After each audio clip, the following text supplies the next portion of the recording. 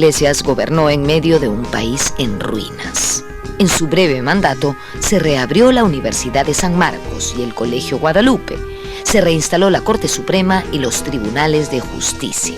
Además, se iniciaron los estudios para la construcción del muelle y dársena del Callao.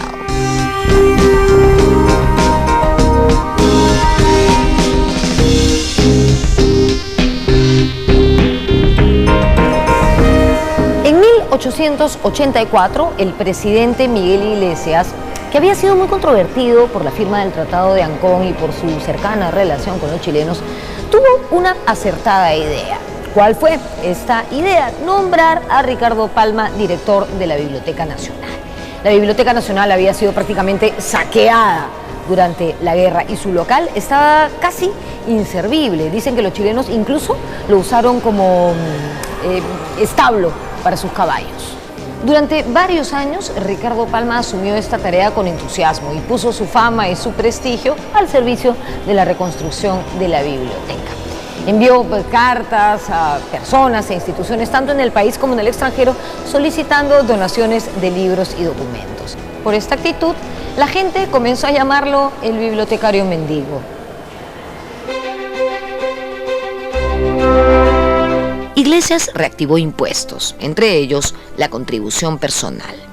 Esto golpeó a los indígenas y fue así que se produjo la rebelión de Ancash, dirigida por Pedro Pablo Atusparia, levantamiento que fue sofocado sangrientamente.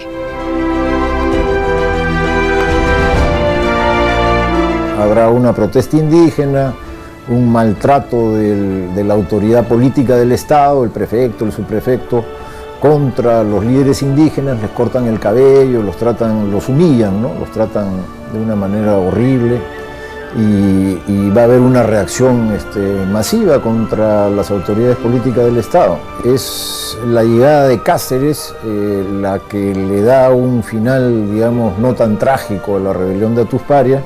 Incluso Cáceres va a recibir al hijo de Atusparia y lo va a educar, ¿no? Va a quedar a cargo de la educación del hijo de Atusparia.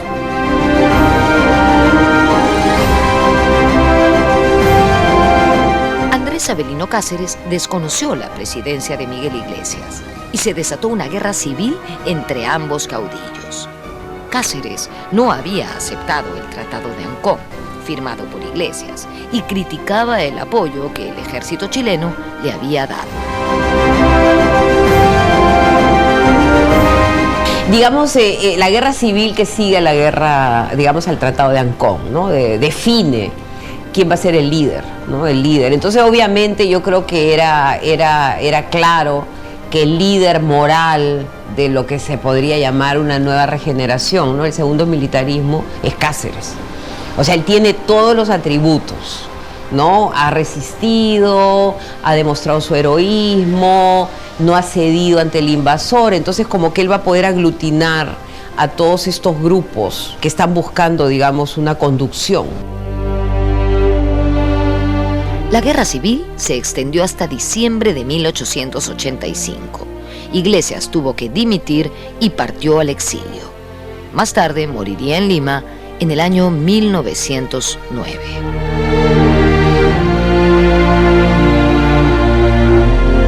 Cáceres demoró un año entero en vencer a Iglesias, estuvo a punto de ser derrotado Cáceres en alguna ocasión, y lo encarnizado de la guerra civil entre Cáceres e Iglesias muestra pues que Iglesias tenía algún respaldo, ¿no?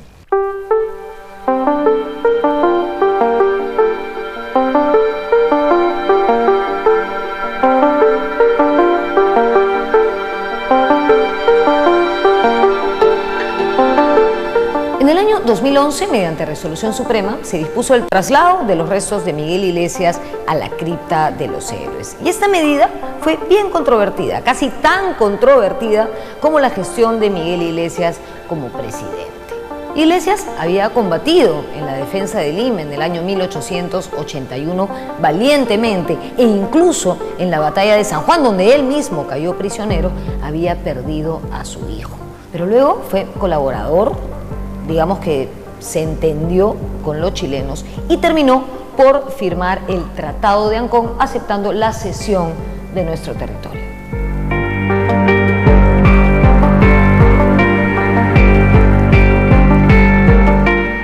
el gobierno de Alan García llegó a la cripta de los héroes. Quizás es un poco como demasiado para él, ¿no? Además, lo pusieron en un lugar muy secundario en la cripta de los héroes, ¿no? Porque no es que está arriba, adelante, junto a Grau y Bolognesi, ¿no? Sino en un sótano, ¿no? Y la verdad es que Iglesias tenía, la familia Iglesias tenía un mausoleo familiar bastante bonito cerca de la cripta de los héroes, y ahí estaba, creo, mucho mejor el general Iglesias.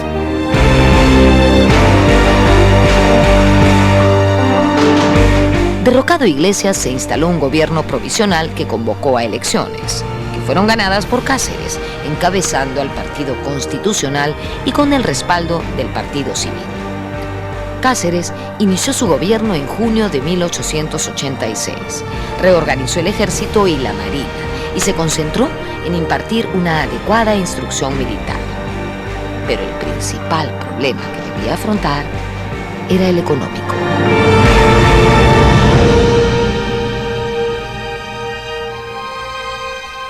Una de las cosas que suele pasar con un país que pierde una guerra es el envilecimiento de su moneda. Y pasó con el sol de papel, el billete fiscal le llamaban en el Perú. No con el sol de plata, porque a él lo defendía su propio soporte metálico, que era la plata. Entonces el gran debate después de la paz de Ancón es qué hacemos con el billete fiscal.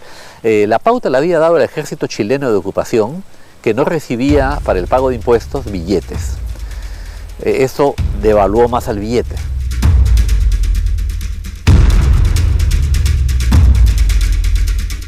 Se optó entonces por el repudio del billete fiscal.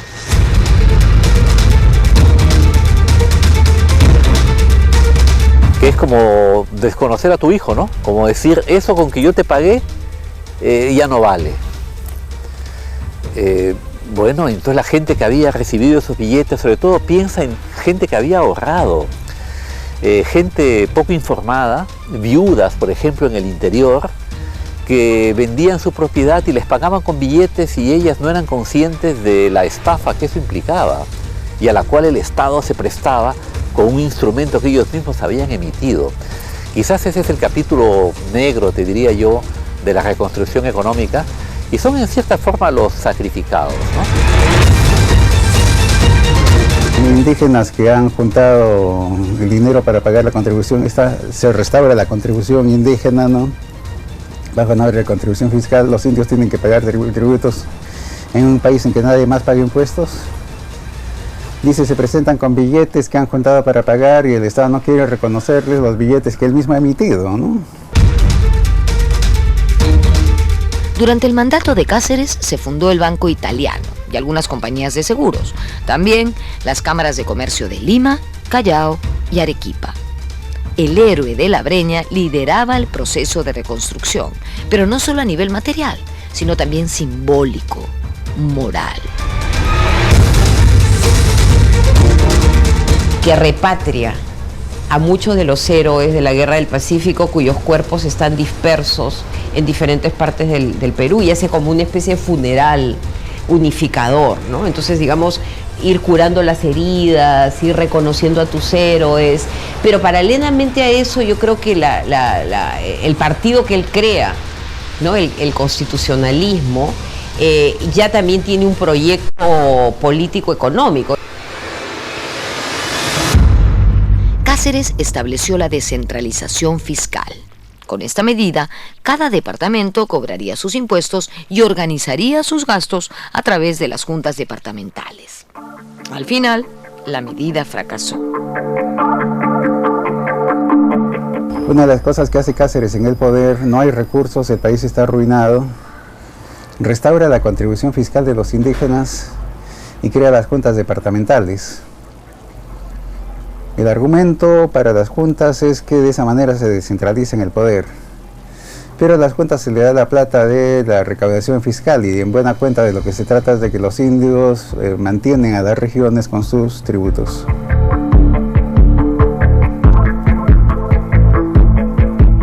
Como es lógico, la relación entre Cáceres y el campesinado se fue resquebrajando paulatinamente.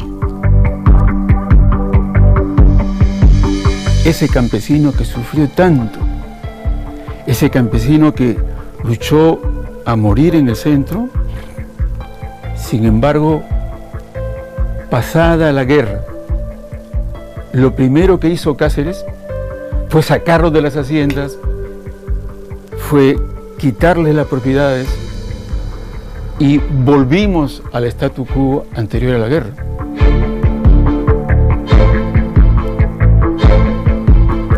Para atender la deuda interna, el gobierno de Cáceres creó impuestos al consumo de tabaco y alcohol, entre otros. Me parecen importantes ciertos esfuerzos que hizo el gobierno de Cáceres, particularmente el arreglo de la deuda pública.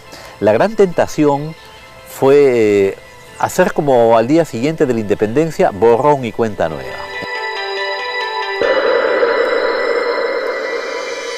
Por otro lado, la deuda externa resultaba impagable. Entre el monto principal e intereses atrasados, sumaba un total de 51 millones de libras esterlinas.